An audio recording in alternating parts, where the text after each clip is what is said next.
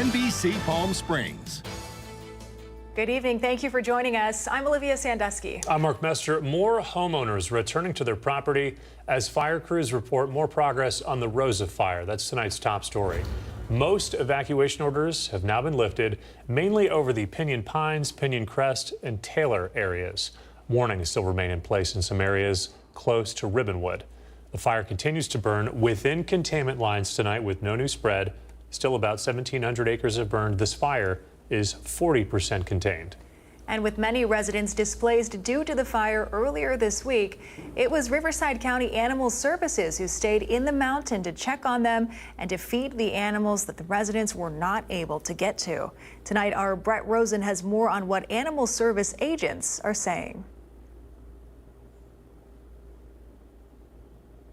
On top of the mountain, right on Highway 74, Animal Services has been here since Monday, feeding hundreds of animals of residents who had to evacuate during the Rosa Fire. And when speaking to officials from Riverside County Animal Services, they tell me that animal safety is their #1 priority.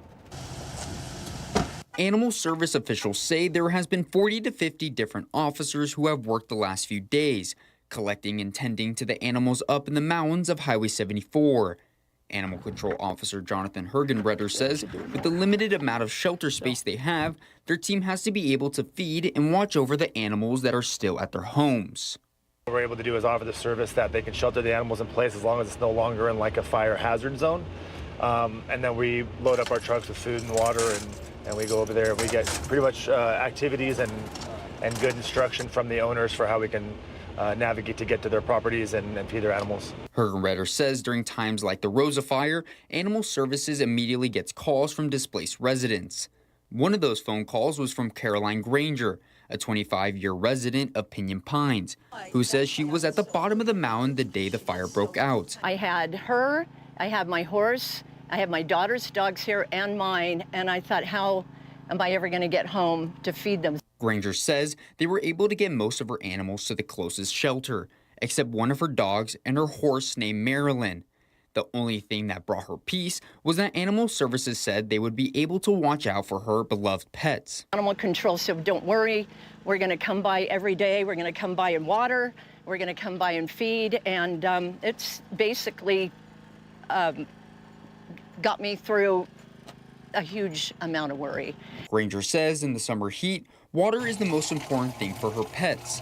And without Animal Services, she says her animals would have never survived. She'll go through 20 gallons of water a day easily in heat like this. And how do you get by with a 16-ounce bottled water on an animal this big? So I think it could have been a life or death situation without Animal Control here. Now, with being with Animal Services all day, it was clear to see that it didn't matter if it was a horse or a cat. They just wanted to ensure the safety of every animal up here on the mountain until residents can come back up and reunite with their furry friends. Here on Highway 74, I'm Brett Rosen, NBC Palm Springs. All right, thanks to Brett for that. Tonight, we're giving you a live look from atop the Palm Springs aerial tramway, and we do have a heads up. The tramway announced it's closed all day today due to technical difficulties. We have limited information on this, but we will report on any new developments as they come into our newsroom. Looks like some pretty clear views, at least from the top of the tram, which is nice. Not something we've seen all week with the fires burning in the area. Here's another live look. Our Agua Caliente casino camera in Rancho Mirage. Still a little hazy out there. Very hot as well, but you know, it's a nice weekend because Splash House is in town. So if you want to listen to some music and jump into the pool, that's the best place to spend it this weekend. I was going to say, yeah, that's the event to go to, because even though we're getting slightly cooler to the weekend from yesterday, it is still going to be 113 degrees. So just stay in the pool, listen to some good music, have some nice cold water in there, because yes, a record-breaking record-breaking temperatures yesterday, 119 for Palm Springs, also 119 in Indio, breaking their previous records. Thermal got to 117 yesterday, breaking that previous record of 116 back in 1980. So we were breaking records all across the Southwest yesterday. We do have that extreme heat warning. This is going to go through this evening, but as I mentioned, keep in mind, even with this expiring, it doesn't mean we're getting back to seasonal by the weekend. Unfortunately, we still do have very hot conditions on the way. for the weekend. We get back to seasonal by late next week. So just wait a week and we'll get back to 108. So much cooler, right? The air quality alert, as Olivia mentioned, still a little bit hazy out there. This is going to go through Saturday evening. So we are still tracking several fires across the Southern California area. So we will continue that through tomorrow. As far as outside right now, 110 degrees in Palm Springs at the airport. Winds light mostly at this hour. Still have those breezy winds onshore from the west. Again, might pick up a little bit through the next couple of hours, as has been the case the last couple of weeks. They pick up in the afternoon, evening hours. 12 miles per hour for Palm Springs, 13 in Thousand Palms. Here's what your Comfort Air 3-day forecast. So for Saturday, 112, we actually get a little bit warmer a second half hour weekend into early next week before the cool down really sets in as we get into Thursday and Friday next week. We'll break down what we can expect in that full forecast coming up. A local alert this evening: 2 wildlife crossings could soon be headed our way. They're designed to stop both mountain lion and bear deaths. It's an idea brought forward by the Mojave Desert Land Trust. Tiani Jadaling joining us live in studio tonight. She spoke with those behind the project. Tiani. Mark, the project is still in its earliest phase, but is set to connect animals and wildlife between the Joshua Tree National Park, Sand to Snow National Monument, San Gorgonio Wilderness, and the San Bernardino National Forest. According to a study done by the Mojave Desert Land Trust, in 1 year alone, over 230 wildlife deaths were documented at 2 separate locations along a stretch of Highway 62. To try and lower that number and increase wildlife connectivity throughout the region, the nonprofit organization has proposed a plan for 2 wildlife crossings that would go over the highway. Kind of a big land bridge that would be wide enough to be welcoming to big animals like mountain lions, bears, bobcats, bighorn sheep in the region, so they'd be covered in native plants and look like natural habitat. The nonprofit doesn't have renderings of what the crossings could look like, but they have pinpointed 2 specific locations of where these crossings could be built. One that would be at the top of the Yucca grade, at the top of the hill there, coming into Yucca Valley, and then one closer to the bottom of the grade in Morongo Basin. Kelly Herbinson, the executive director with the Mojave Desert Land Trust, says, as of right now, bighorn sheep and mountain lions are imperiled, and some of that is due to a barrier to wildlife, a cement guardrail that's up along a median on Highway 62. Their numbers are really dwindling, and they need more space, right? So part of the big reason that's causing their numbers to decline is habitat loss or lack of habitat, or what we call fragmentation, which is their habitat being cut in half by highways or other barriers. Herbinson tells us this project could be similar to the Wallace-Annenberg wildlife crossings in Agora Hills. And it's not just important for the wildlife, but for driver safety as well. The wildlife, especially big game like sheep, bears, mountain lions, they pose a big safety threat for us on our highways, right? Having a collision with wildlife can be a big safety threat. So this would also help alleviate some of those issues for the people living in the area or trying to travel through. The executive director tells us the next step is to finish the planning phase and secure funding, which she says could cost anywhere from $5 to $10 million. Live in studio, I'm Tiani Jadaling, NBC Palm Springs. Tiani, thank you. More local news tonight. Greater Palm Springs Pride Organization announcing today a sponsorship shortfall of $325,000. Despite the deficit, Mayor Rhonda Hart says the annual Pride Festival in Palm Springs will carry on as usual. Organizers believe the sharp decline is a result of the current political climate and a drop in sponsorships. Palm Springs Pride is seeking financial contributions to contribute to this festival and other community efforts. Tax-deductible donations can be made online at pspride.org, or you can participate in Silvercrest's Equality Walk as well. All the details for those can be found in the newsroom tab of our website, NBCPalmSprings.com. The Indio and Cathedral City Police Departments reporting this morning its 911 lines went down again. If you are experiencing issues reaching them, alternative numbers have been posted right there on your screen. Frontier is the communications provider. They've had this issue multiple times in the past year, most recently about 2 weeks ago. They do not know when exactly phone lines are expected to be restored. The Riverside County Sheriff's Department admits mistakes in its jail booking process that led to a deadly error. Officials saying 55-year-old Scott Lauder, using an alias, was wrongly placed in a low-security vocational program where investigators say he fatally stabbed another inmate with a screwdriver. A civil grand jury found staff failed to flag Lauder's violent history, meaning he had access to that tool. In a letter, Undersheriff Don Sharp calling this a, quote, single error and an isolated incident, while rejecting some of the jury's recommendations. The grand jury, however, says it identified several staff mistakes that they believe allowed this killing to happen. A San Jacinto man has been arrested on accusations of disguising as a medical worker and stealing more than $100,000 worth of medical equipment in Rancho Mirage. You're looking at a booking photo right there of 47-year-old Jason Bronner. He's accused of committing these thefts back in July, according to the Riverside County Sheriff's Department. Authorities say that he breached a medical facility off Bob Hope Drive disguised as hospital staff by wearing blue scrubs and a surgical mask. You'd see the photo there on the left side of your screen. They say he's done this multiple times in Loma Linda and in Newport Beach as well. He was detained during a traffic stop in Del Mar, and he's now being held in Indio on a $100,000 bail.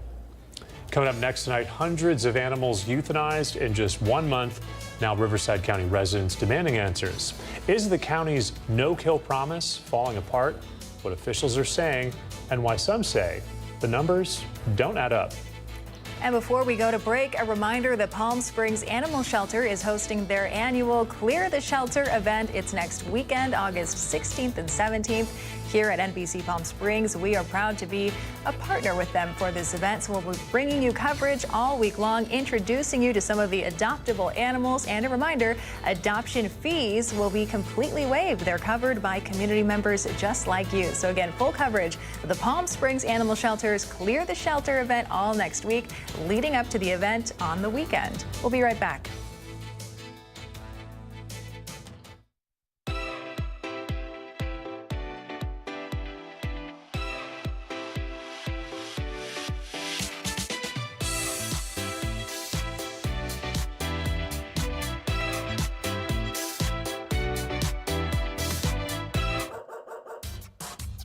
They say dogs are a man's best friend, but at NBC Palm Springs, we're a dog's best choice for news.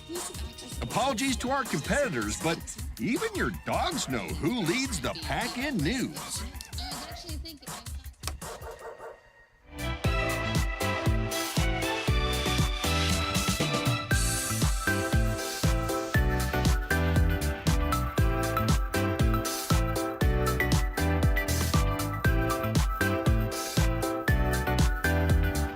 Night after night, discover the unique stories that set our valley apart. Together, we're going to find inspiration and foster connections that strengthen the fabric of our community.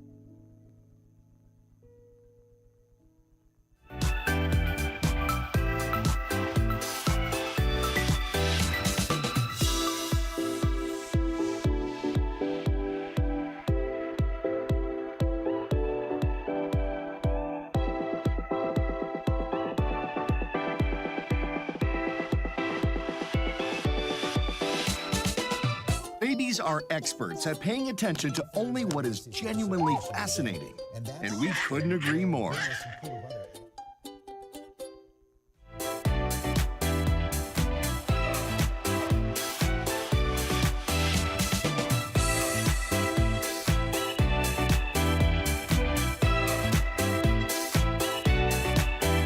NBC Palm Springs News.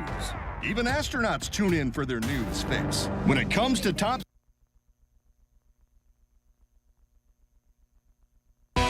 committed to covering our community. You're watching NBC Palm Springs at 5. There's growing concern tonight from Coachella Valley residents about the number of animals still being euthanized in Riverside County shelters, despite a public push toward becoming no-kill. Yesterday, passionate community members packed a meeting at Thousand Palms. They're demanding answers. NBC Palm Springs' Mary Strong was there and has the story tonight. These are adoptable, healthy animals. Residents packed into the Coachella Valley Animal Campus meeting in Thousand Palms, demanding answers about Riverside County's no-kill campaign and the alarming number of animals still being euthanized in county shelters. And I saw that 550 were euthanized in July, and I was like, this is monstrous. While the county says overall live outcomes have improved, residents who track the data closely are not convinced. Many accuse the county of hiding behind good PR.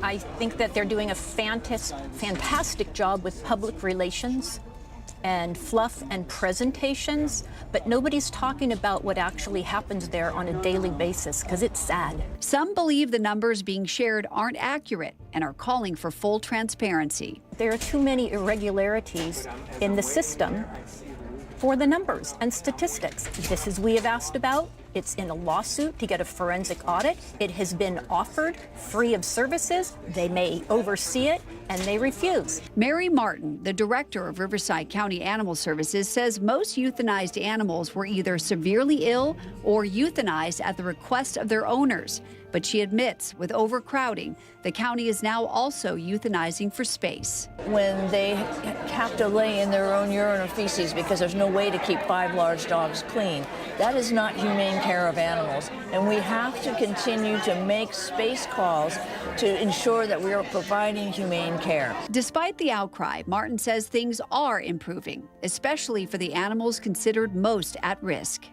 The majority of animals that are being put on the list are being rescued, and that is not our doing, that is the community's doing and our networkers who are getting the word out, and animals are getting saved. To help boost outreach, the county just launched its MVP, Most Valuable Pets Facebook group, spotlighting animals with limited time and encouraging the public to share, adopt, and foster. And there may be more help on the way. The county recently received over 500 applications to fill 38 new positions with animal services. Staffing officials say is crucial to reaching their no-kill goals. I'm Mary Strong for NBC Palm Springs. On this Friday evening, we are giving you a live look from our Indian Wells Golf Resort camera. Chloe Carlson is in. She's tracking our weekend forecast. The details when we come right back.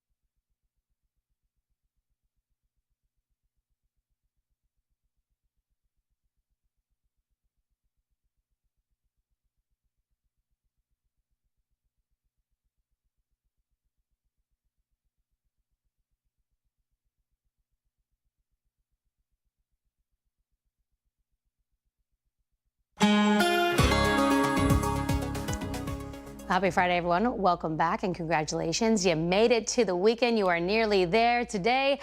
Much better day than yesterday. 110 for the high today. We were 119, like I mentioned earlier, broke the record today, just slightly above average. And we're going to go roller coaster as far as these temperatures go. We get a little bit cooler today, and then Saturday we warm back up Sunday through Tuesday next week, and then we'll get a little bit cooler. So just stay with us as these temperatures go up and down. As far as at this hour, 110 currently in Palm Springs, 113 on the southeast end in Indio, also 113 on the other side of the 10 there in at Thousand Palms. Overnight tonight, we are going to be in the mid 80s here for the low desert, 70s up in the high desert. And speaking of tonight, once that sun kind of goes down, take a look outside because today we are tracking that full moon. So make sure you take a photo and send it in. You'll be able to take a look at it tonight and even in it to tomorrow.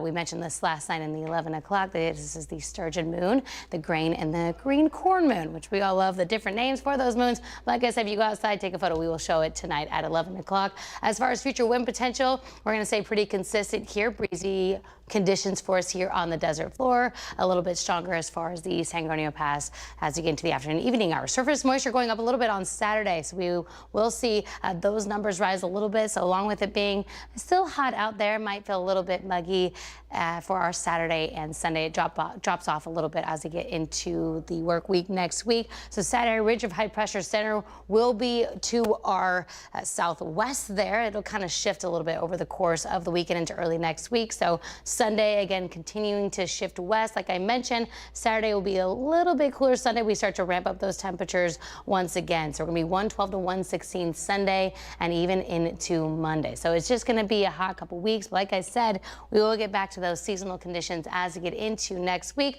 Along with that, again, we will still have the onshore flow, those winds picking up a little bit more so as we get into the evening. Here's your Comfort Air 7-day forecast. So 112 for our Saturday, like I said, staying above 110 degrees by next Thursday, and we're cooling down to 106 by Friday.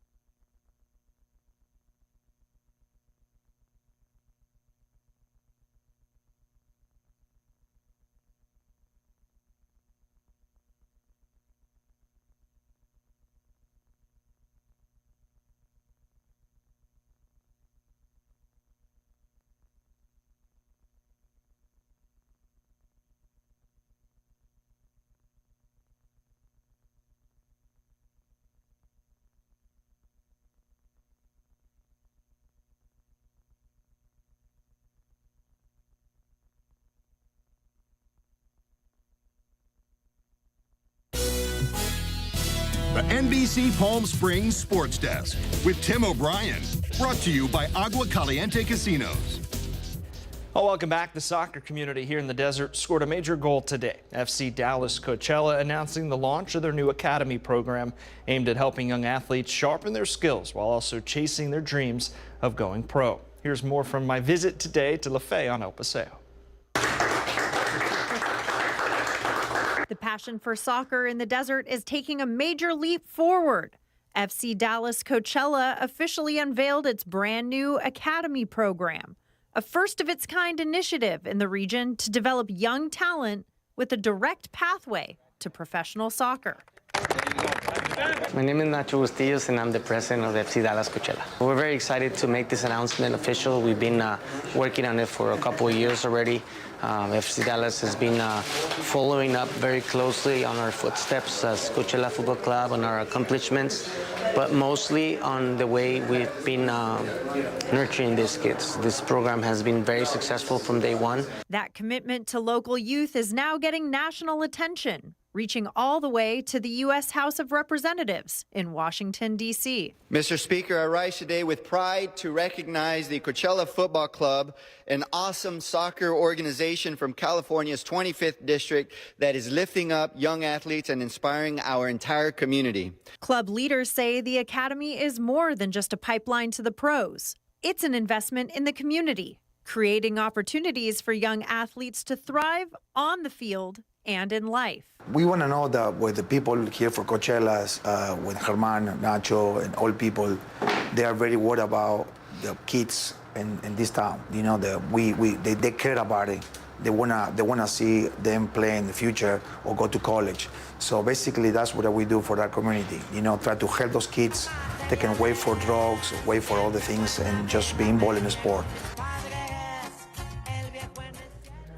Well, you can learn more about the program and the team at fcdallas.com. That'll do it in sports. I'm Tim O'Brien.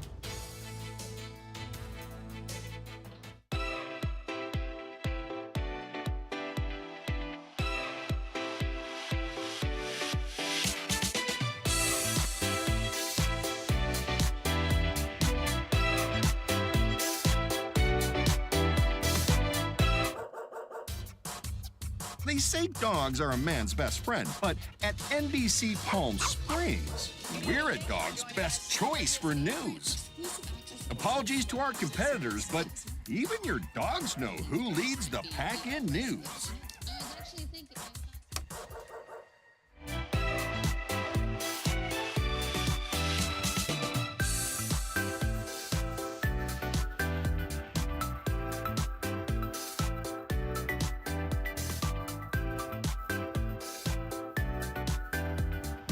Night after night, discover the unique stories that set our valley apart.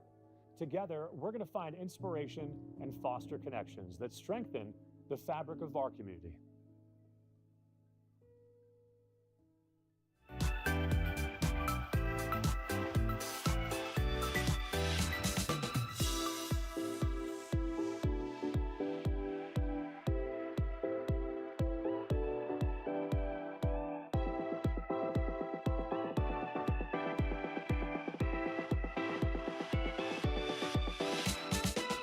Babies are experts at paying attention to only what is genuinely fascinating, and we couldn't agree more.